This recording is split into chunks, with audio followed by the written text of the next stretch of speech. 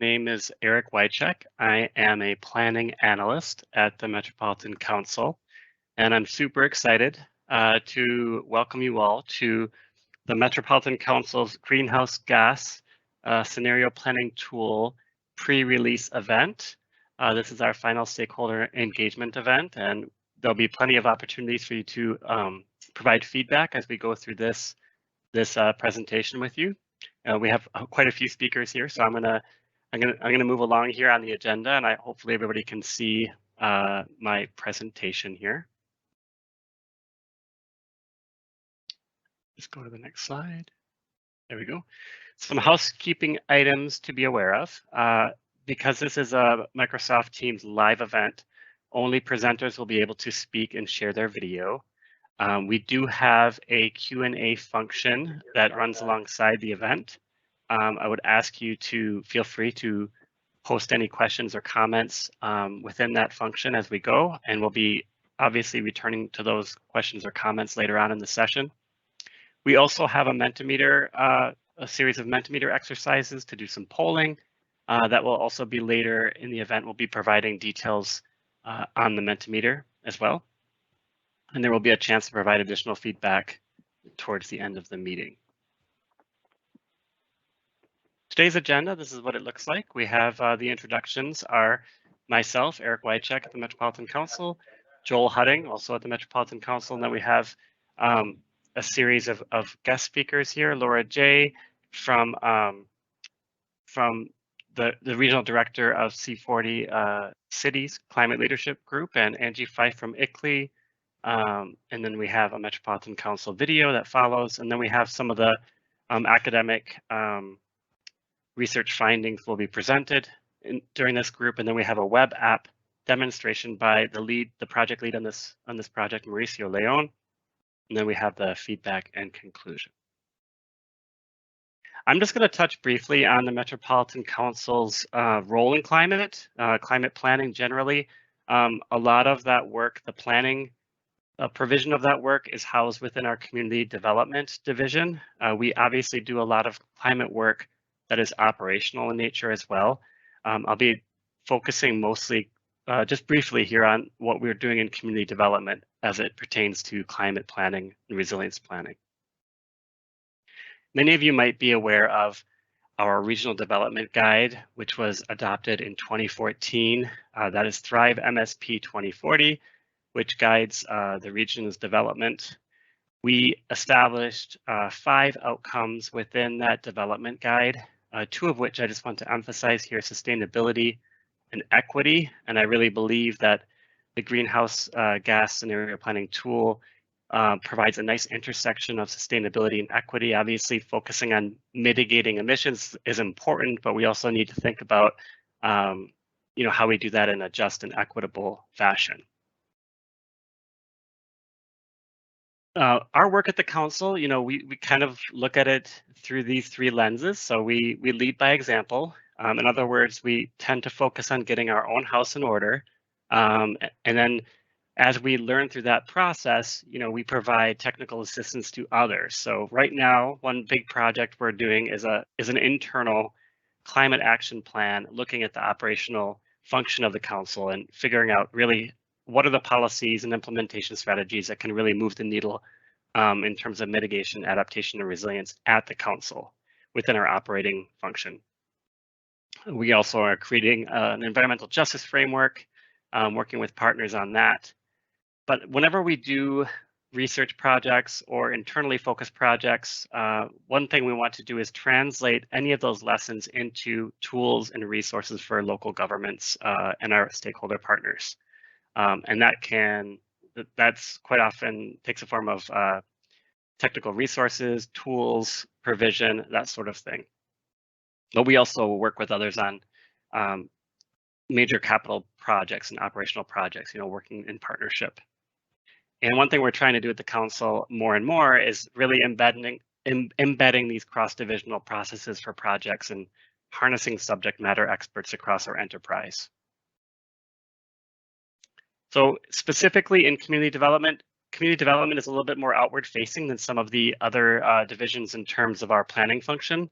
So we do work very closely with the 7-county metro region, which includes the counties and all of the city, township jurisdictions and tribes as well. So the GHG inventory and scenario planning tool is just a part of a suite of tools that we offer through our work at the council. So we also have a climate vulnerability assessment, a surface with purpose project, which looks at greening infrastructure and parking lots and rooftop greening. We also have the Growing Shade project, which is a tree planting prioritization and maintenance project. And then we provide technical assistance through our Planet Technical Assistance Program, the Local Planning Handbook, and Soul Smart certification. This is not by any means an exhaustive list, but I just want to provide it here. I'm going to stop presenting, and I'm going to pass this over to Joel Hudding, who is the manager for the research unit at the Metropolitan Council. Thank you. Yeah, hi everyone. So as Eric mentioned, I'm Joel Hudding, and I lead our research team within community development. Just a little bit about our team. We're pretty big. We'll have about 20 members when we're fully staffed. And so these are researchers and data scientists from lots of different fields. And we have sociologists, economists, ecologists, and lots of others supporting our research at the council. And we work in a lot of different areas, which includes population estimates, population and employment forecasts, parks research, land use, development trends, housing, demographics, regional inequities, kind of all the, I think, key topics of regional concern. And of course, collaborate really heavily within the community development division, but also across the council in other areas. And I think that our expertise in these areas, plus the council's transportation and land use planning role generally, I think situates us really well for this type of climate change mitigation research. And so, we've also been really working to build transparency, and this has included a lot of open source technologies that we've implemented, as well as open science principles. And so for this project, it really means we are trying to make this information, whether it's the methodology, whether it's the underlying data, and how it all comes together. We're trying to make that readily and easily available to everyone, and trying to make this tool something that any community can use to look at a range of strategies for their individual context. I'm really just really excited for our staff and the academic team to present their findings today. I think this really represents the culmination of a lot of years of work to put this together. And along with that, I'm definitely greatly looking forward to your feedback, and ultimately just hoping that this tool, it can really help advance us as a region in being a leader in climate change mitigation. With that, I will pass it along. Thanks, Joel. That's really great. Next up, we have Laura J., the regional director for North America C40 cities. She's going to be talking about what are science-based targets and what is a city's race to zero. I'm going to read her bio real quick here. So Laura J. is the regional director for North America and is head of the New York office at C40 Cities Climate Leadership Group. Laura's work helps advance climate actions from policies to mitigate emissions to strategies for adapting to climate impacts. So take it away, Laura. Thanks.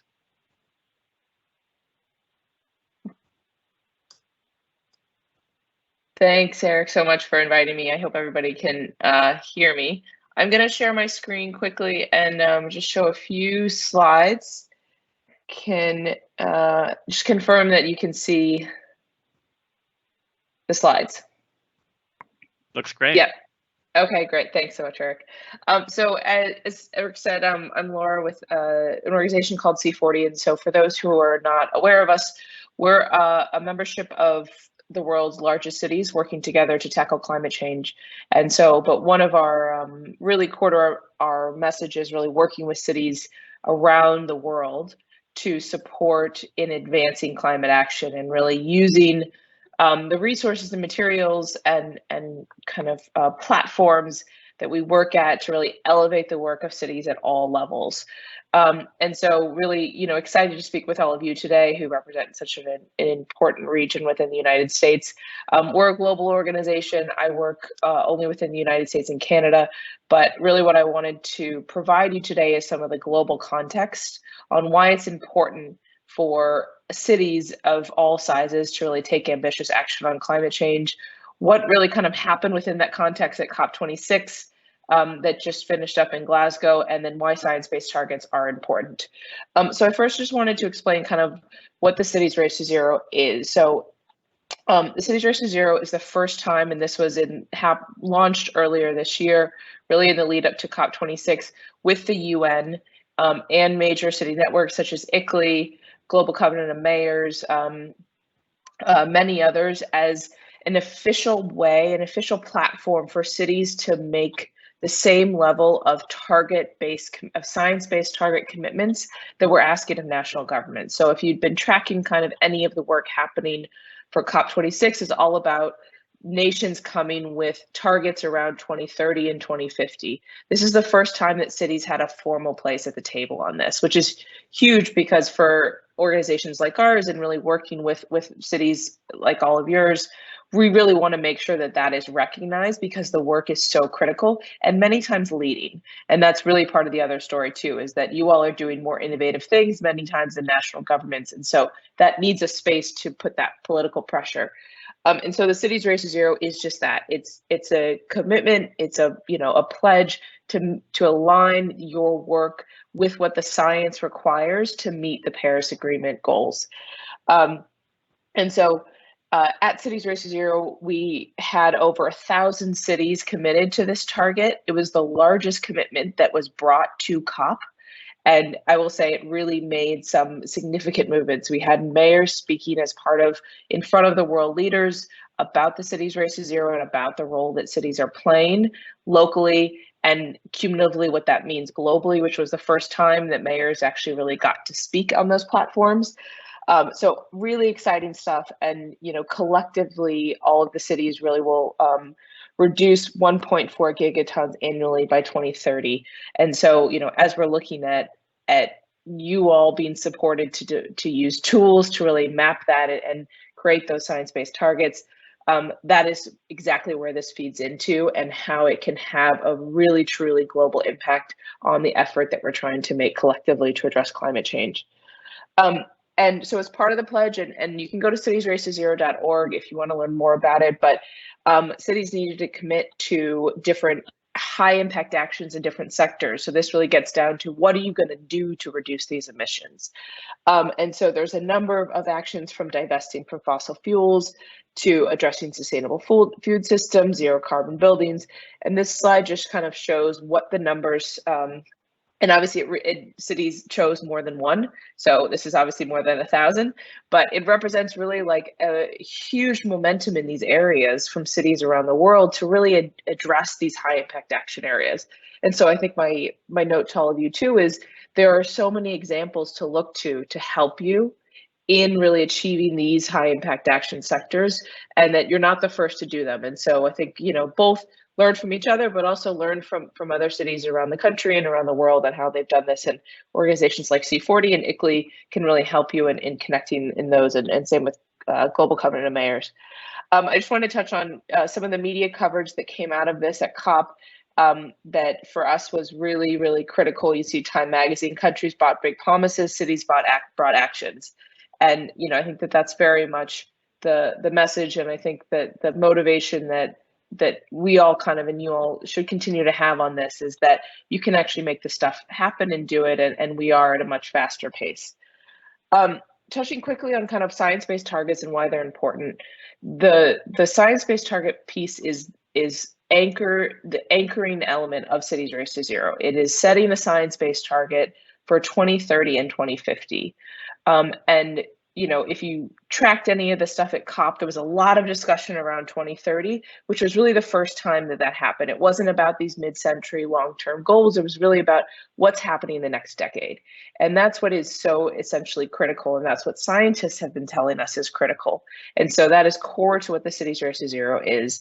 And so setting a science-based target is first and foremost looking at the science and saying, what does my city need to do in order to do our fair share of the world meeting this collective target that we've committed to of limiting global warming to 1.5 degrees.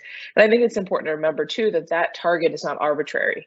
That is one that was also determined by scientists of like, this is really the amount of warming that we should have in order for things to not go really bad. They're still not going to be great, but it's, you know, there's a reason that that's a target. And so the target itself is really something measurable, actionable, and time bound. And so there, as part of, there has been developed a guide, a science-based climate targets guide for cities that has different methodologies, but I know you guys are going to be going over today tools that really help you determine that for your city and what pathways and actions you can actually use to get there. And so I think, you know, my ending really is that data, collecting the data and really setting those science-based targets is critical to understanding what your city needs to do. And then there's resources out there to help figure out kind of how to do it and what the pathways are. But without all of us really taking this baseline of the foundation of using the science as a starting point, then everyone's going to be working at different scales. And, you know, I think one of the best things that came out of COP was an agreement that all the nations need to come back next year and update their nationally determined contributions. So their science-based target, essentially, because it wasn't good enough. It was meant to be 5 years. They said, come back next year. And so I think it's the role of cities to continue to push that and continue to anchor that we are based on what science tells us. And we're going to use data to make our decisions. So I will end there, and feel free to contact me with any follow-up questions. We can put my contact information in the chat. Thanks so much, Laura. I appreciate that. And I think that really leads us like really well into the next segment, which is how can cities use data to make better climate action planning decisions? Next, we have Angie Fife, who is the Executive Director of ICLEI, Local Governments for Sustainability, which is the first and largest global network of local governments devoted to solving sustainability challenges. Angie's human-centered vision supports local governments to combat global climate change. I'll pass it over to Angie. Thank you. Hello, everyone, and congratulations to the Met Council for this excellent body of work. We're really excited to have this engagement underway, and we look forward to working with all of the cities and the regions as you move forward with your inventory and mitigation strategies. Laura, excellent job. Thanks so much for all of the partnership around COP and the Race to Zero. We look forward to 2022. How are cities using data to make these decisions? I think as Laura mentioned, the science-based target is indeed the thing that is quite new and important in the work that we're doing this year in 2021 and going forward. Of course, you've all been asked to sign off on commitments in the past. What is different about the Cities Race to Zero is essentially this science-based target and the understanding of what it takes to get to a 2030 emissions level, which will put us all on track to meet our global goals by the mid-century of zero emissions by 2050. At ICLEI, we recently did an analysis using the data of 138 U.S. cities, and we found that in order to meet the U.S. fair share, which is an element of the science-based target, local governments in the U.S. need to reduce emissions by 63% by 2030. And that sounds like a big goal, and it is a big goal. But the other thing that we found is that this goal, while ambitious, is achievable if we are focused on essentially three elements: decarbonization of the grid, removing fossil fuels from the grid and moving the grid to 60 to 80% renewable energy or fossil fuel free energy by 2030, and accelerating our decarbonization of buildings and transportation. Of course, efficiency plays a huge role as well. Vehicle miles traveled, transit and walking and biking options, land use decisions that you all make at the local level are extremely important. But these are all things that can lead us to this goal and put us on track to achieve these science-based targets.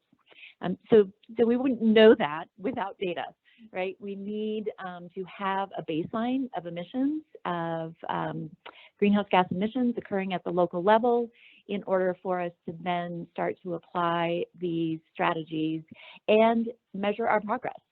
And so this is certainly the importance of the work that the Met Council is doing, and the tool that will be presented today is going to be certainly instrumental in helping all of the cities, towns, and counties in the region to do that.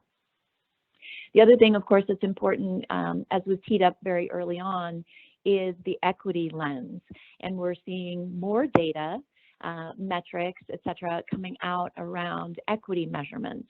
And so at ICLEI, we're thinking about ways in which we can better incorporate equity into climate action planning. In the coming year, we'll be updating the U.S. Community Protocol to include equity indicators as well as adaptation and resilience, and looking more at upstream emissions, which I'm sure Dr. Ramaswamy will talk about today. So I will leave it there.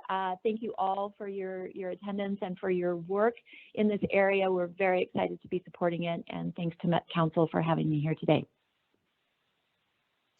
Thanks so much, Angie. Appreciate that. That's great.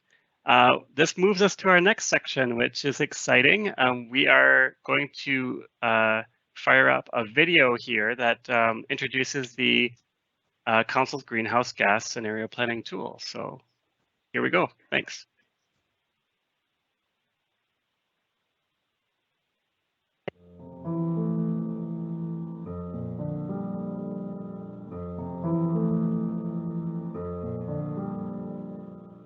Human activities have warmed the atmosphere, ocean, and land, which has led to extreme heat waves, heavy precipitation, droughts, and other storms. Every inhabited region of the globe is under the threat of climate change. Despite our cold winters, Minnesota's average temperatures have warmed at an alarming rate in the last century, and the risk of flooding has increased substantially. These changes pose a serious threat to our region's natural resources, economy, and our residents. Cities have a big role to play in reducing greenhouse gas emissions, and because a lot of where emissions happen is in cities, through the energy used in buildings, through the transportation sector, and cities have a lot of ability to impact the ways in which we use energy for those two major sectors. The Met Council provides a lot of tools and resources to our local governments and technical assistance around the area of climate change. I'm super excited about this new tool that the Met Council is rolling out, which is our greenhouse gas scenario planning tool for our local government partners. It's critically important for our local governments to know if their initiatives around climate are working or not. So this scenario planning tool will help them decide which action they should take to have the most impact in their region. Our scenario planning tool will provide flexible and tailored strategies for Minnesotan cities to reduce emissions. Our tool is built on collaboration with leading researchers in the greenhouse gas emissions mitigation field and is compatible with all types of cities. I am Anu Ramaswamy, a professor at Princeton University. I'm the lead faculty director of the Sustainable Healthy Cities Network, which brings together researchers from multiple institutions to work together on sustainable urban development. My team has developed a greenhouse gas scenario planning tool for the Twin Cities Metropolitan region in Minnesota, which helps different communities of different types chart pathways towards net zero emissions, bringing together strategies across multiple sectors. These sectors include compact land use, mobility, buildings, waste, and green infrastructure and trees. The scenario planning tool will be offered on an easy-to-use and easy-to-understand online platform. Cities can investigate different mitigation scenarios and strategies and use the tool to identify solutions tailored to their communities. Testing various planning scenarios such as green infrastructure, building energy use, and transportation will help cities better understand and forecast their greenhouse gas emissions in the coming decades. Cities should use the greenhouse gas scenario planning tool to determine priorities in climate action planning. We live in very uncertain times. Technology is changing rapidly, and the pandemic showed us that our driving and energy use will change for reasons that we cannot control. Therefore, we are taking an exploratory scenario planning approach, where we acknowledge that there is not one, but many scenarios. The first bucket of strategies is compact land use development. Compact land use development can reduce greenhouse gas emissions in two ways.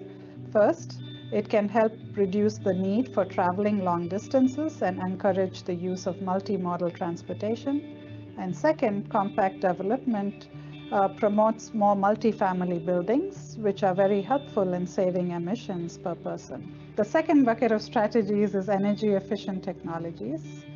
The greenhouse gas scenario planning tool includes a number of new and emerging technologies. For example, electric cars, which can be an excellent low-carbon, energy-efficient alternatives to conventional internal combustion engines. The third bucket of strategies is conservation and sustainable behaviors.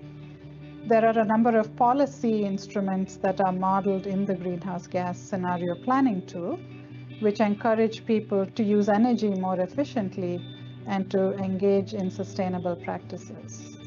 In addition, we also model behavioral nudging that can encourage people by leveraging their social networks or through other forms of messaging to engage in sustainable behaviors. For example, road pricing as a policy can encourage people to drive less or to have more vehicle occupants in the same vehicle, which can be incredibly powerful in reducing energy use.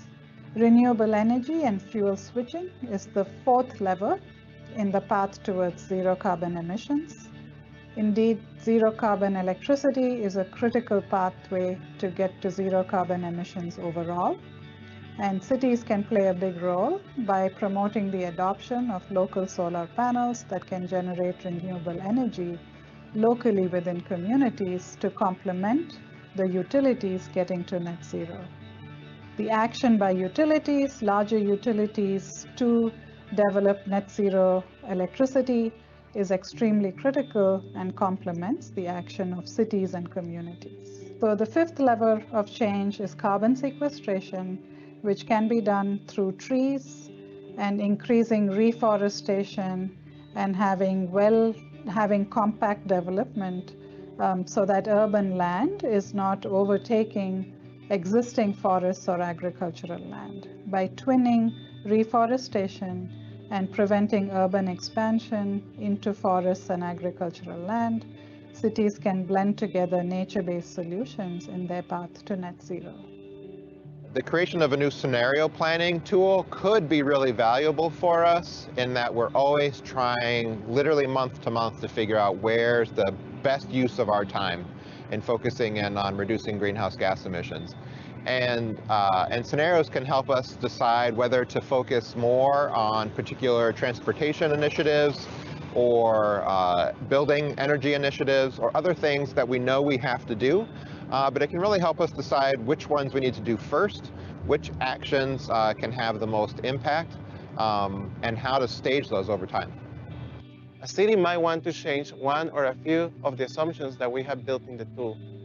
So then we can work together to adjust the assumptions and improve on our initial version. All of these things work together to create synergistic multiplicative benefits that are really helpful for communities to drive towards zero carbon emissions. If we don't start with good quality information, we don't necessarily know where we're going, and we don't necessarily have the most effective means of figuring out how to get there.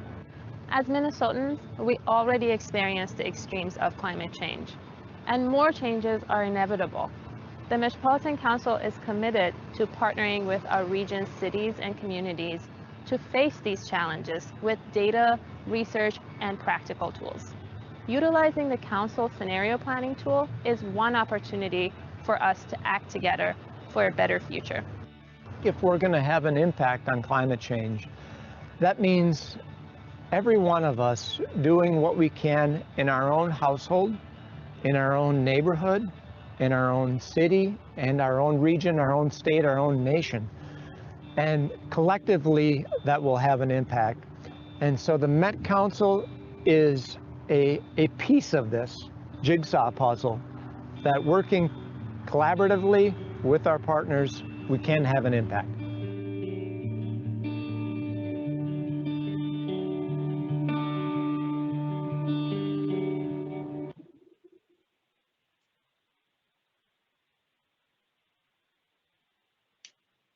Thanks so much, everybody, for watching that video about the tool.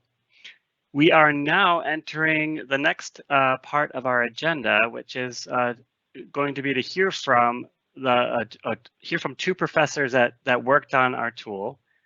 So getting a little bit more information on exploring decarbonization strategies in the transportation sector.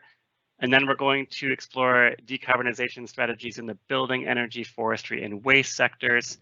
So first we have with us Dr. Kara Kockelman, who is a professional engineer and professor of civil engineering at the University of Texas at Austin.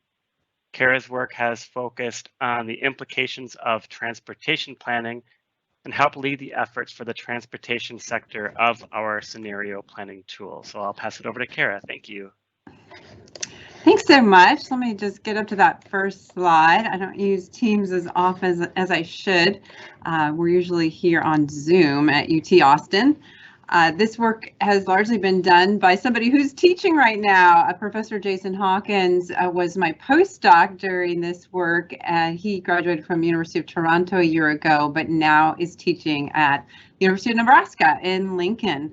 So I think he's teaching a travel demand modeling class right now to forecast traffic across maybe the Lincoln area or the Toronto area, but he is really an expert in carbon. That's been a focus for him and for me and my students, but he's also great at tool development. So we have your region, about 3.2 million people and lots of private vehicle use, just like we have here in Austin and probably in Lincoln, Nebraska, and still a lot of undeveloped land. So big choices there for all of you. As you know, just the annual survey by the Bureau the Census Bureau has told us, you guys are still very much focused on the car, especially for that commute to work, which is tends to be a longer trip.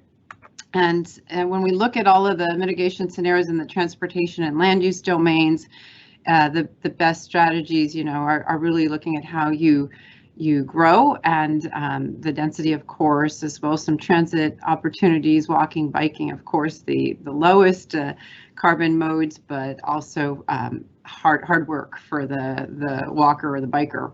And then there's a lot of unused capacity inside those cars. So some just ride sharing and ideally getting that to go more dynamic so people don't plan ahead or have to plan ahead. That's really tough. So willingness to share rides with others, especially as we get more into self-driving vehicle technology or autonomous taxis, sort of like an Uber pool application. That's something I do a lot of work on planning, for 20 years forward in my work. And so the transportation component of this wonderful tool is looking at 2040, and those greenhouse gas emissions are based on the mode and technology shares. So in terms of technology share, it's on the transit side, so on the motorized side, as well as, of course, the personal automobile. And there's a lot of options these days, and we're really hoping to see more electric vehicle adoption yesterday. So as soon as possible. I don't think Tesla can keep up. The other manufacturers really have to get those assembly lines retooled and get those vehicles producing and the prices shifted to really help favor those and make it an easier decision in all types of makes and models, because of course a lot of Americans want the SUVs, and here in Texas I'm afraid you do see a lot of the pickup trucks. And the fuel economy is really important, even if that's for a Tesla, like the one I just drove into work here. So that's an MPG equivalent, and that's that lowercase e in the subscript there. There's well-to-wheel, so life cycle analysis. You have to not just look at what's being burned in the tank, but how that gets there. And so all of these assumptions are embedded in this tool that the Met Council has created for you all. And they're doing baseline trend projections. So if you don't have any interventions, what is it going to look like in 2040 in terms of greenhouse gas emissions, not just for the whole region, but for each major city? And then you guys get to say, well, what if we are more focused on increasing density or shifting that technology towards electric vehicles?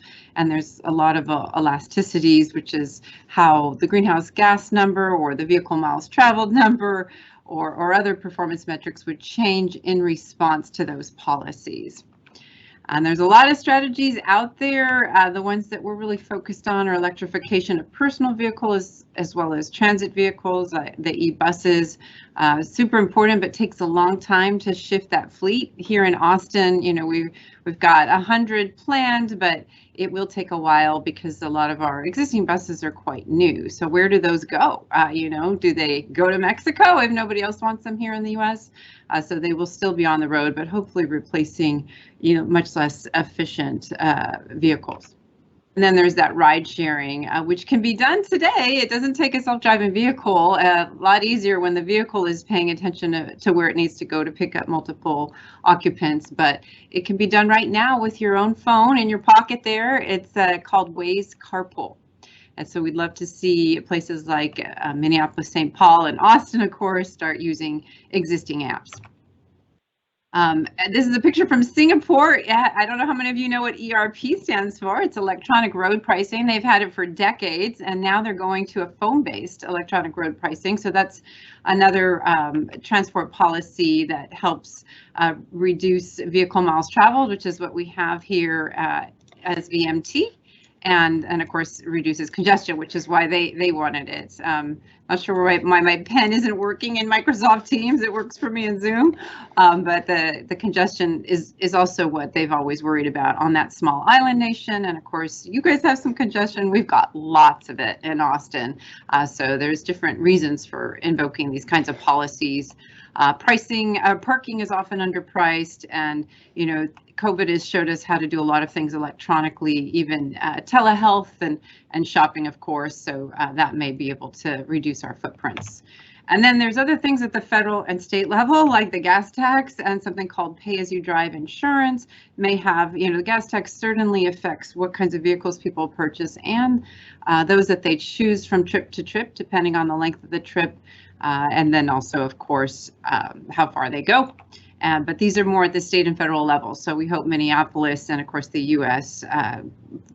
will do this. But it's a lack of courage on the part of the legislators, both at the state and federal levels. So gas tax hasn't changed for 30 years here in Texas at either the state or the federal levels.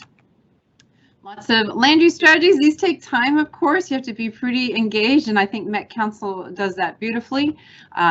Increasing in simple densities helps make parking a little more scarce and makes walking a lot easier in terms of distances. And so upzoning is so important. You guys are certainly leading the nation in that strategy, and I sure wish Austin would follow you. Of course, allowing mixtures of uses, which is that image on the upper right, and increasing network connectivity. So it's interesting how having continuous paths really facilitates more walking because people don't have to go around the block. It doesn't feel like they're wasting their energy. And then making transit stops more accessible, or what I like to think of for the future is a network of small self-driving vehicles that are subsidized by the transit agencies who have a lot of money here in Austin, and you can really save a lot of money and get a lot more people using these kinds of all-electric, self-driving, demand responsive, almost door-to-door, but with stops all over the place. So Lake Elmo is the example. I think maybe Jason was asked to show here a lot of wedges for how much each strategy buys you. And there's the baseline trends and things like the population doubling in that city, but having, even though it's a big, I guess, population increase, but unfortunately a rather low electric vehicle uptake, but fortunately fewer passenger miles per capita over time due to more interesting land uses, I imagine. Not a big reduction from Xcel Energy, which provides power for that period, that 22-year period. But of course, that can change dramatically, and we hope that does. We hope that CO2 per kilowatt hour generated from your power plants does go down dramatically.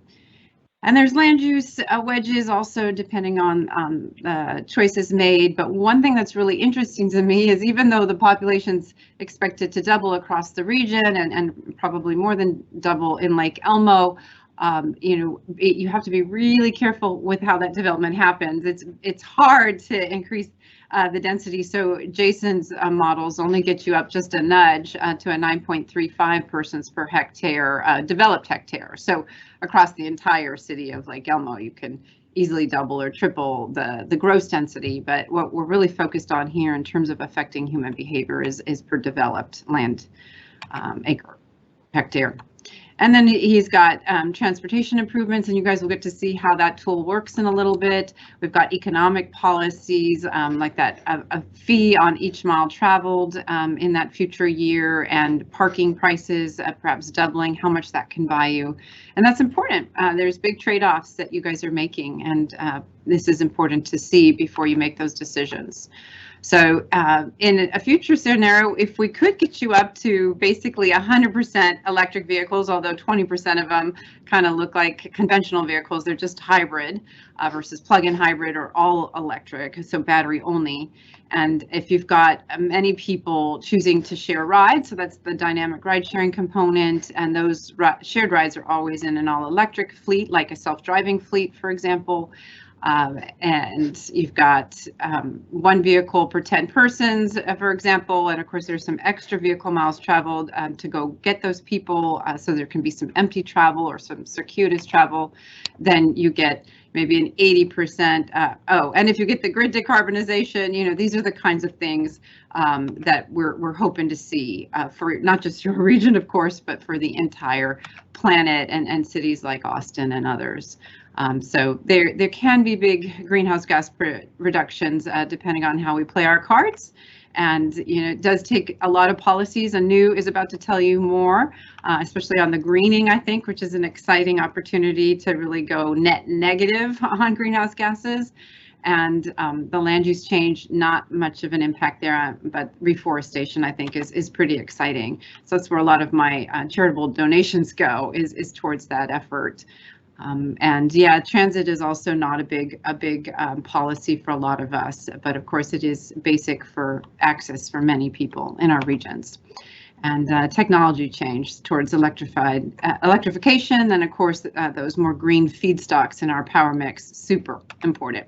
So we thank you for doing what you're doing, and hope that everybody will follow you right away, because you guys are leaders.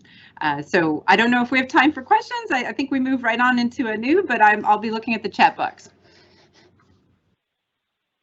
Thanks so much, Dr. Coughlin. I think we can see here that a lot of background research has gone into this tool, and that leads us to the next piece of that research, which is exploring the decarbonization strategies in the building, energy, forestry, and waste sectors. And this is, I'll be introducing Dr. Anu Ramaswamy, who is no stranger to Minnesota. She's currently at Princeton, but she's an interdisciplinary environmental engineer and professor of civil and environmental engineering at Princeton. Anu's work supports sustainable urban infrastructure systems and helped lead many of the research efforts for the scenario planning tool, including the land use, green infrastructure, and building energy sectors. I'll pass it over to Anu. Thank you.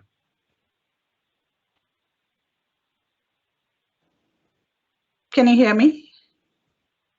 Yes, we can, and we can see your presentation too. Wonderful. Thank you so much. And I just want to say hello. I recognize many of you that have spoken from my time in Minnesota, and I'm so glad to continue this work from Princeton with all of the communities in the Metropolitan Council. So I'm going to be talking about a model that we've developed for any community, and here we're sharing it with the Metropolitan Council that then can be plugged into scenario modeling tools. And so this is called a multi-sector zero carbon model for communities integrating buildings, energy, waste, and greenery. Okay, so wonderful. So I want to quickly acknowledge my team, which includes Kangkang Tong, Bhartendu Pandey, and Roshan Shankar that did a lot of the modeling for the net zero transitions. And our larger project partners, which of course includes the Met Council, as well as the UT Austin team, teams from Minnesota, and LEAF, who helped us with the inventory development. So very quickly, I want to say that the work I'm going to present builds on 3 foundational papers from my lab.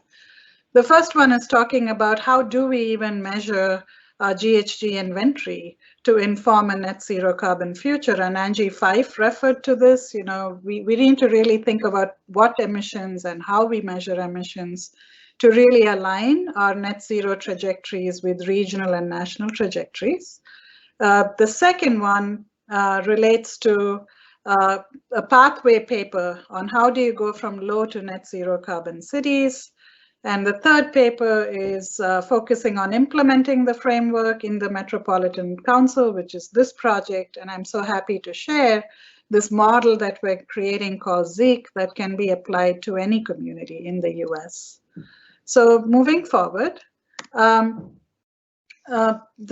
first paper talks about how do you do carbon accounting for net zero carbon cities. And I won't belabor it except to say that this paper is a multi-authored paper with authors from WRI, ICLEI, and several universities. And the paper is arguing that to really align your net zero goals with state goals and national goals, we should be looking at zero carbon transboundary infrastructure and food systems. And so we're covering, as you know, mobility, buildings, energy supply, water supply, and waste. And food and construction materials are also important, but they're outside the scope of this project. Although we got excited and actually modeled timber buildings, just for you to see what that would do in terms of carbon sequestration. And the second is this pathways framework that fundamentally to get to net zero, this is a recent paper that just came out, there's only 3 things we can do: reduce demand, switch supply, and enhance carbon uptake. And we already saw this in the video. You can reduce demand through spatial planning, sectoral and cross-sector efficiency and behaviors. We can switch supply through decarbonizing electricity, switching electric heating and mobility to heat pumps and electric vehicles, and doing waste to energy and other valorization projects. And then the last is to focus on green infrastructure and timber buildings to enhance carbon uptake and stocks. And that is the gut of our model, which we've modeled in 2 contrasting cities to test out the model. The first is St. Paul, which is a central city, and the second is Lake Elmo. And I'm going to share very preliminary results for Lake Elmo. This has to go through peer review, and we'll have a model that also has been peer reviewed. So the first step in modeling is to do a baseline carbon footprinting and a trend projection. And as you can see here, in Lake Elmo, the population nearly doubles. The numbers are cut off below, but around from 10,400 to about 20,000. And you can see the GHGs are almost doubling in the baseline trend projection. And this includes energy use in buildings, industry, and commercial, as well as embodied energy of building materials. each year. We then use this projection. So for the Lake Elmo example, and what's really unique about our project is that we were able to do trend projections for each community based on the single family stock, the square footage per housing unit, the increase in square footage over the past 10 years, as well as the increase in energy intensity. And so for each community, we've developed this trend based on your own past 10 years of data. And we've aligned this with other estimates statewide. So this aligns with Minnesota's statewide efforts. But I want to highlight that this project is the first project to quantify individual city-level energy use projections based on granular data of your own building stock, your own energy intensity, and your own employment characteristics. So that's pretty neat to be doing that. So then we want to move on to the step 2, which is applying the framework to Lake Elmo as an example city. And I won't get into all of the details, but I want you to see in pictures what are some of the strategies we use. So let me first list the strategies. We considered a number of strategies to reduce demand for buildings' energy. And these included things like compact buildings.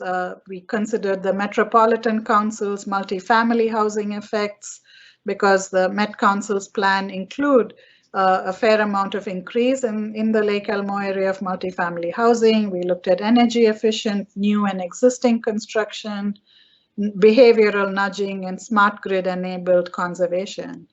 We looked at switching energy supply. We modeled Xcel Energy's decarbonization plan, which aims for 80% decarbonization of 2018 by 2040. We looked at electrifying heating. We looked at renewable natural gas aligned with Minnesota's policy. And then we looked at enhancing carbon uptake and sinks through timber buildings and land use change and massive, aggressive and modest reforestation. So I'm really thrilled to explain these very briefly to each of you. And I'll focus on each of those interventions mainly in pictures. So the first step is to reduce land demand via land use planning and compactness. And the potential to achieve this can be quite high, particularly because as you think of multifamily housing, it results in smaller floor area per capita and per housing unit, which is associated with less energy use. The second strategy, which has a relatively smaller effect, is tree planting. We actually were able to model the effect of tree planting with very innovative fine-scale data provided to us by the by the Xcel Energy for the St. Paul region. So those were included in the model. We looked at reducing demand via building energy efficiency. We looked at the potential to build new buildings near passive house standards. So in our model, we assumed that X% of new buildings will have passive house standards, and you in the scenario planning tool can actually change that percentage. So that's the beauty of this, that you can change the percentage of adoption, so you can see what these strategies do as you learn about the scenario planning tool. The existing buildings, retrofitting is more challenging. Earlier efforts like LEED Gold and other checklist-based approaches have been shown to actually not consistently result in energy use reductions. And so we're really encouraging benchmarking, and Minnesota is already leading with the B3 benchmarking project. And so really thinking about benchmarking so that you can actually deliver on energy use reductions. We modeled real-time energy displays that are visible so people can see their home energy consumption, and behavioral nudging, and even the future smart grid. The Pacific Northwest Lab has shown that you can achieve 10% energy use reduction through the smart grid, which is really important. On the supply side, we drew on several resources to model grid decarbonization. Many of these are outside of my own group, but first of all, I wanted to say, here's an article from David Roberts at Vox that talked about Xcel Energy. that a major US utility is moving towards cleaner energy faster than expected. And so we used Xcel Energy's goal to be, Xcel Energy's goal is 100% net zero carbon electricity by 2050. And we used 80% by 2040, which is our scenario. We also drew upon Princeton University's net zero carbon report, which just came out, which actually tells you how you can get to net zero in different utilities across different parts of the US. And we use this model to estimate the cost of the transition. And you can see that it's primarily using wind and solar and a small amount of biomass in this grid decarbonization model. And that means you have a lot of potential by going to net zero carbon electricity to effectively switch your heating. So we modeled electrifying heating with heat pumps, drawing upon efficiencies from the Center for Energy and Environment's report. So in other words, we use local data, local efficiencies, local climate-related performance of heat pumps, assuming 59% of the building stock adopts heat pumps. This is consistent with model assumptions in several national and state models. And then we looked at switching supply, creating renewable natural gas from waste resources. And this is consistent with Minnesota's Natural Gas Innovation Act. And so we leveraged that. We were able to look at municipal solid waste, wastewater, and agricultural waste statewide and allocate it per capita to each city. And then that takes us to the last set of strategies, which is on greenery and stocks, improving carbon stocks. And many of you may know this, but mass timber buildings can be a phenomenal way of literally storing the forest in your buildings. And these mass timber buildings use a lot more wood than conventional timber buildings. So here's a building that's being planned in Minnesota. Here's another one that's being built in Portland. And so these buildings can be very effective. And so we modeled half of new multifamily buildings would become mass timber buildings. We did a life cycle assessment. These are we modeled 4 to 8 story buildings could actually do this. And then last, we looked at land use change and greenery. We actually recently produced a paper that uses satellite imagery and machine learning to develop a fine-scale land use and greenery map. We've expanded that work. This just came out in ES&T. In 2020, we've expanded that work to each of the 182 city and town units. And once we do that, we can then model reforestation. So we modeled modest reforestation, which is converting half of your permeable land to forests. But we also modeled aggressive reforestation just to see what it might look like, which means 100% of your pervious surface, golf courses, parks, etc., get converted to forests. Now we know you're not going to do that, but that's the beauty of the scenario planning tool. It allows you to change the percentage and see what it actually looks in your community. And then we bring it all together in a wedge. And I'm so excited by this wedge because what it tells you is, yes, we've proposed a lot of very strong efficiency approaches. We've leveraged on existing decarbonization policies and fuel switching that gets you much lower. So reducing demand, switching energy supply. And then you see the effect of biomass-based building materials, about 8%.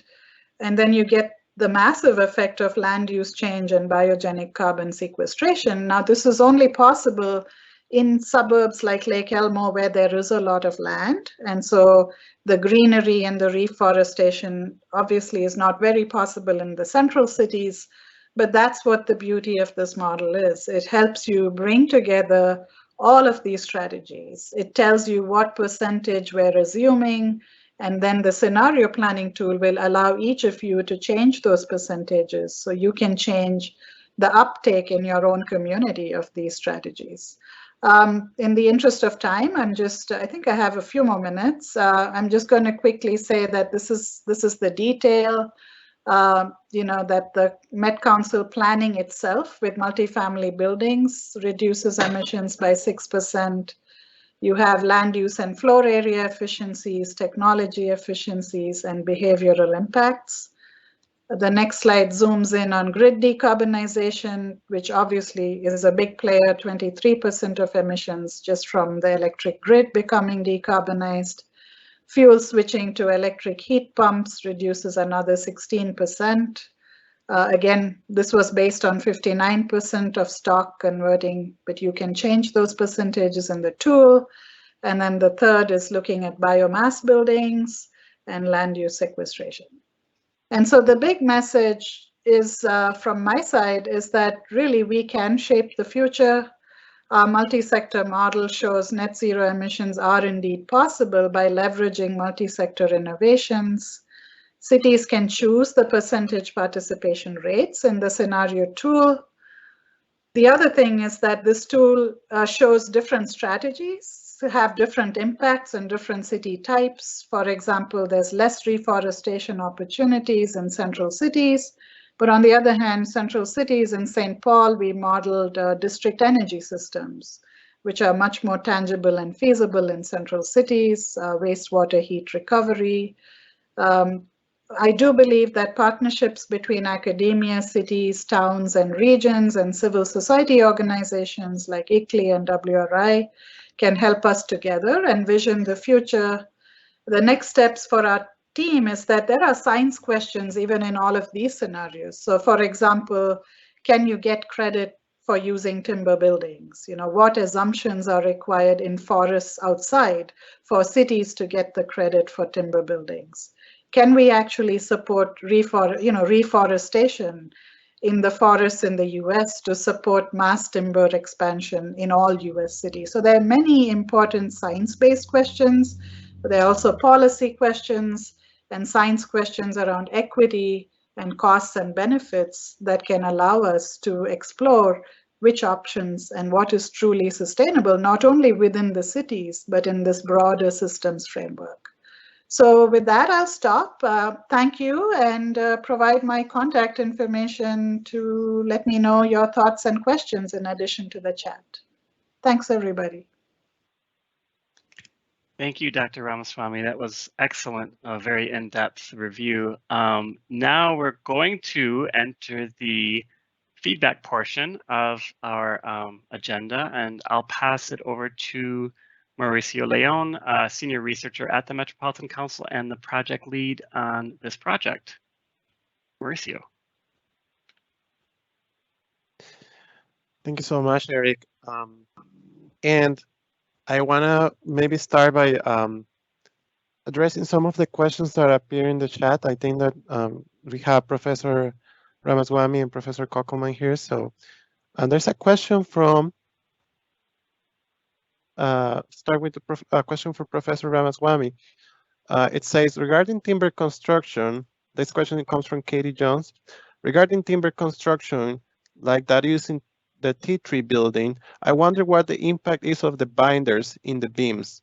Is the assumption that the GHG footprint of such binders is still much lower than, say, steel or other materials? Is that too detailed of an issue for this model? So that's a great question, and that's actually why the life cycle assessment is important. So in this model, we used life cycle assessments from several studies, 2 in the Netherlands and some emerging studies that are looking at that. But the second thing I wanted to say, which is really important to keep in mind, if you imagine a net zero carbon future, you could potentially have zero carbon electricity, not just in Met Council, but all over, right? You could have zero carbon gas, like the Minnesota plan. And so the GHG emissions of creating those binders and those chemicals can potentially also decrease. And so this is why I said there are important science questions. How we model and do LCA in a net zero carbon future is very different from how we do it conventionally. So today, those binders may have an impact, but in a net zero future, that's what the LCA calculates. And it is actually in a net zero future, that impact is relatively small. The other thing I wanted to say, just on this question, there is assumptions on storage. So can cities get credit for storing the timber because you just moved it from the forest into the city? And that's only feasible if you have sustainable forestry going on to regrow the timber. And those are the assumptions you will see as the scenario builds out. As I said, this isn't part of the contract with Met Council. We're just doing it because it's a frontier research topic, and I'm excited by it. Thank you, Professor Ramaswamy. Professor Kokelman, you saw a few questions for you on the chat. Do you wanna, and you provided some answers. Do you wanna expand on any of those questions? Gosh, I can't think of any. Let me know if there's something I should be responding to. Yeah. Yeah, sorry it took me a while to find the Q&A, which is different from the chat box that I get to see as a presenter. So sorry to all the attendees for my delay on that. No worries. I think there's a question for Professor Ramaswamy. Someone did not agree with lead goal not performing, and maybe you want to say more about that. I'm happy to share papers. It's not that lead goal doesn't perform, but when you've actually looked at performance data, lead goal is a checklist-based approach that gives you a checklist credit for things other than energy. And so you could achieve lead gold without necessarily having high, in other words, we're looking with the passive house standard, we're looking at very high energy use reductions. So all I'm saying is you want to have quantitative standards for your energy use to impact GHG emissions, and LEED as such doesn't have those performance-based standards, which now are being integrated, but Minnesota has the benchmarking project that actively gives you this data. That's all I'm saying. But I'm happy to share papers that have said that the conventional checklist-based approach, there is a spread. So when you look at actual energy performance with silver, gold, and so forth, you're seeing relatively a lot of scatter. In other words, there's some buildings can give you the energy, deliver the energy benefits, some buildings can't. Behavior is a big portion. And so actually getting real data on energy use is always better than what the checklist-based standard tells you. Thank you, Professor. So we are now moving to the next phase of this, where we actually want to hear from you in an open and anonymous way. So the way that we keep your comments anonymous is through Mentimeter. You can go to this website, or you can access the link that my colleagues are sending you right now on the Q&A tool for Microsoft Teams. And here you can provide an open-ended question for this, an open-ended answer for what does or does not resonate with you about the transportation presentation. This is your opportunity to express any concerns, as well as anything that you like or anything that you feel should be addressed in the transportation specifically presentation that you saw. So we're going to give you a few minutes to just to go into Mentimeter. And you can start answering that question.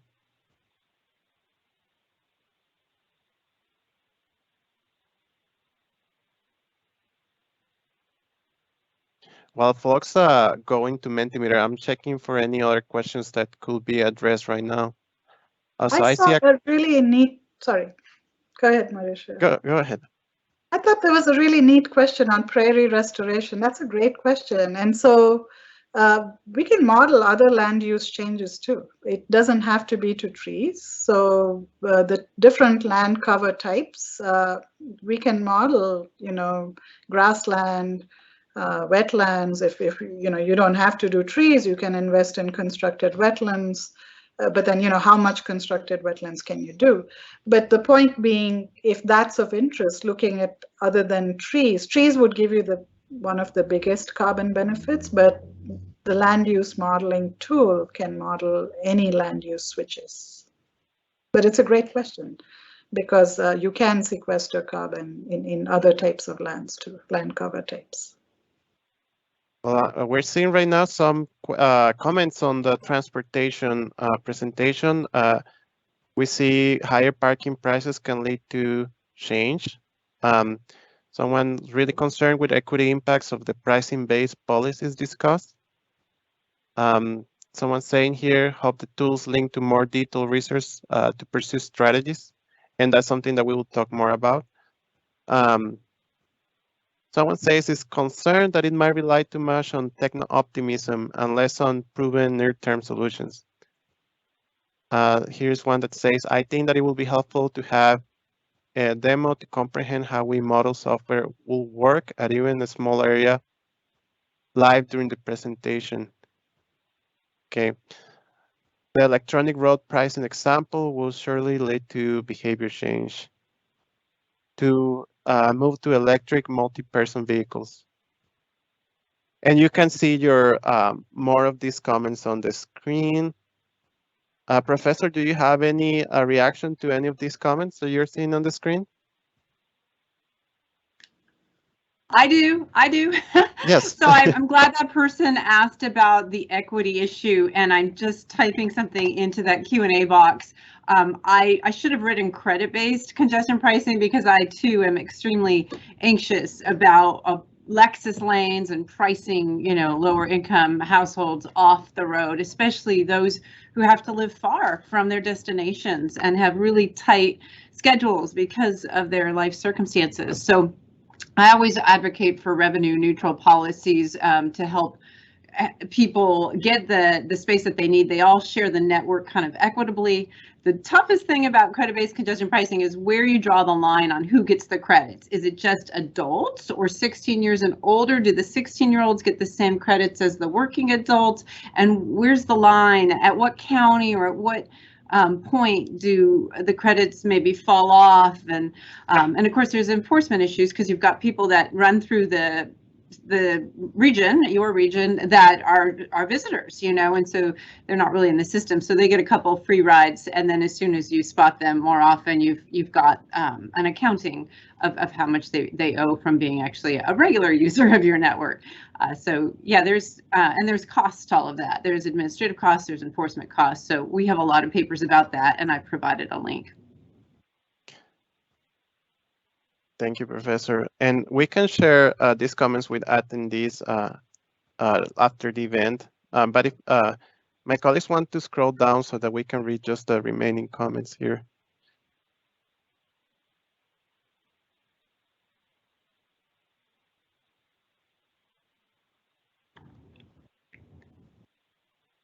Yes, Cara, you seem like you want to say something? Oh no, I just like the Waze Carpool mentioned. Yes. Yeah, a lot of people have no idea that exists. It's something we could easily be doing now. And those of you who have long commutes, you might want to go ahead and input that and give people rides. And if you want 50 cents a mile, that they are allowed to price up to that. But I usually just give my rides for free. But my commutes are so short that it's they haven't really matched me with anybody, and you need a lot of users to get the match rates up so that it actually ends up helping people. But of course, if any of you are doing long distance trips, there's ways to match rides online, and your kids may be coming back from college or whatever, just great ways to help fill those seats and help humans interact, which is important, especially during this isolation of COVID. Thank you, Professor. We're going to move now to the next Mentimeter question. We really appreciate your feedbacks on the transportation portion. This is about Professor Ramaswamy's presentation on building green infrastructure and waste. So here we have an opportunity to comment on what you thought about that portion of the greenhouse gas scenario planning tool. So we're going to give you a minute to write down your comments.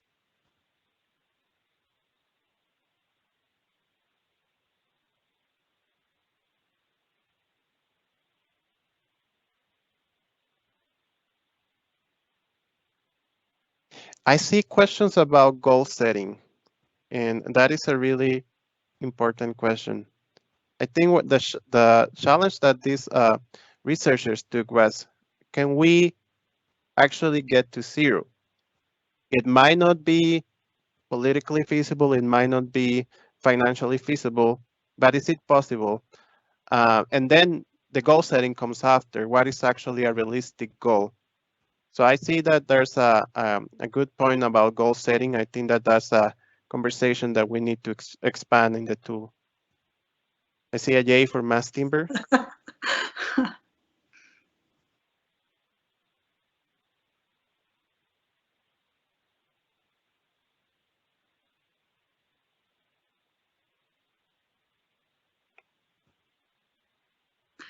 Surprised by the impact of greening. And I want to emphasize that's just in Lake Elmo.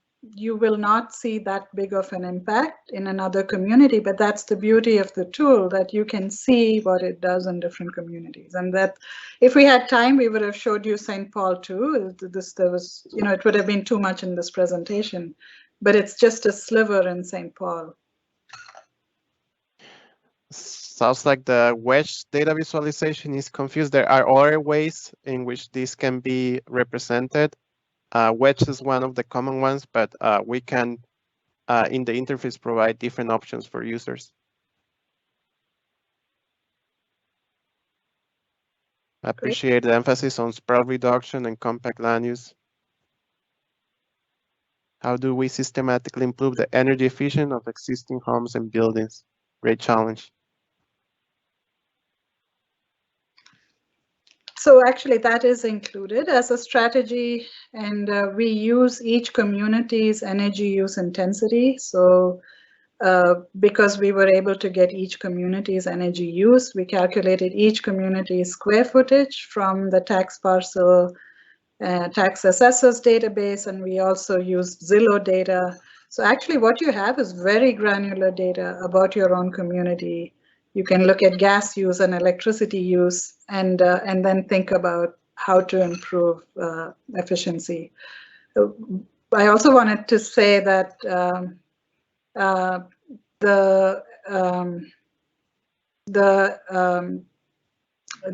automatically, as buildings become more energy efficient, there's a trajectory to improve energy intensity, and that's also included in the model. I was looking at the 56, that's actually 59% adoption of heat pumps. That actually is in line with these other studies, because in cold climates where those adoption rates vary by climate, so we drew upon other models, and you can increase your adoption. This would be good. I think if each city can get to a higher adoption, that's fantastic. But these are the regional participation rates that are being used in the national model, and our default follows that. But if you want to go higher than that, you have in the scenario tool, you can tweak it and you'll see the impact. Perfect. All right. Well, thank you so much. Please finalize your comments on the greenhouse gas scenario planning tool. We're now going to move to the next phase of feedback, which is actually about the user interface of this tool. What this means is we're going to be showing how users will be able to access this data. Again, they did it. They did an example for Lake Elmo and for St. Paul, but the idea is that it's going to work for every city, every county on the metro region, so in the 7-county metro region. And what we're going to show you now, it's doesn't display the actual results. It's not displaying real results. What is displaying is how is the user interface going to look like. And we would love to have your feedback on the user interface. By the way, we're going to do this is at the end of this meeting, you're going to receive a link where you can access the web application. You can click around and see what the web application looks like. But again, do know that it's not displaying real results. It's just displaying the functionality. So I'm going to share my screen so that you see what this tool is looking like. Again, this is just for feedback purposes only. Users will be able to enter this web application, and on this GHG scenario planning tab, they're going to be able to see their city. So we have 3 fictional cities here. They're going to be able to select the main visual. So that includes the 5 categories of strategies that we've been discussing. And then these tabs will show specific results for transportation, buildings, green infrastructure. So by clicking this, users will be able to actually look at the specific sectors that we have covered. The users will be able to have a to customize the strategies that they want to see. So turn on or off strategies. Again, this is all fictional at this point, but it's all based on the work that you have seen from Professor Ramaswamy and Professor Kokelman. And then they can select strategies based on the 5 categories that we discussed. So they can see impacts of electric vehicles. They can see the impacts of commercial, residential heating electrification, on the smart grid, on retrofitting buildings, new home efficiency, behavioral strategies, telework, clean energy supplies, so grid decarbonization, renewable natural gas, sequestering carbon, conservation tillage, and tree planting. So again, these are the strategies were identified after an initial stakeholder engagement that we had back in May of 2020. So we will provide the link for this demo of the tool, and the link will disappear after today. So if you want to provide feedback, you will be given a form. And in that form, you can basically write any comment that you like. And we will take your feedback very seriously. And that will really help us to improve this web application, which is expected to be available sometime in February or March of next year. I want to say a comment, so just for clarification, one thing that is different about our tool is, again, if there's any disagreement about the assumptions that go in the tool, users will have access to the methodology, and we can work together to modify those assumptions. It's made with the best data sets available for Minnesota metro cities. Some of those data sets are data sets that we manage here at the Metropolitan Council. We have hired experts, of course, for this work. And it's one tool that looks at multiple sectors. So these are some of the advantages of using our tool. And with that, I think we can now move to closing remarks. So I'm going to stop sharing my screen right now. Yeah, thanks, Mauricio. I just want to thank everybody for taking the time, not only the presenters who made time out of their busy schedules, but also all of the attendees. I noticed that there's some really great Q&A in that box. And, I appreciate people being really engaged on this topic. I think that going forward, this is going to be so exciting for our region as we, not only at the Met Council, in terms of our operations and planning function, but also all of the cities and townships and counties in our region, how they can actually use data to support good decision-making processes, especially related to climate. So this is very exciting. It's a big step. I wanted to pass it back to Mauricio to talk a little bit about any next steps. And I also wanted to allow the opportunity for people to contact Mauricio if they have any questions going forward.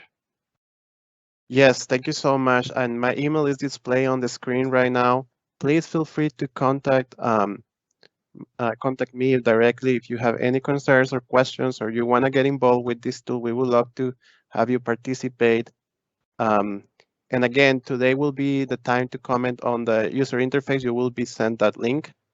And other than that, we really appreciate your time and participation. I know 1.5 hours is a big ask, so we really appreciate it. And with that, I think that we could probably adjourn the webinar soon. Thank you so much, and we really appreciate it.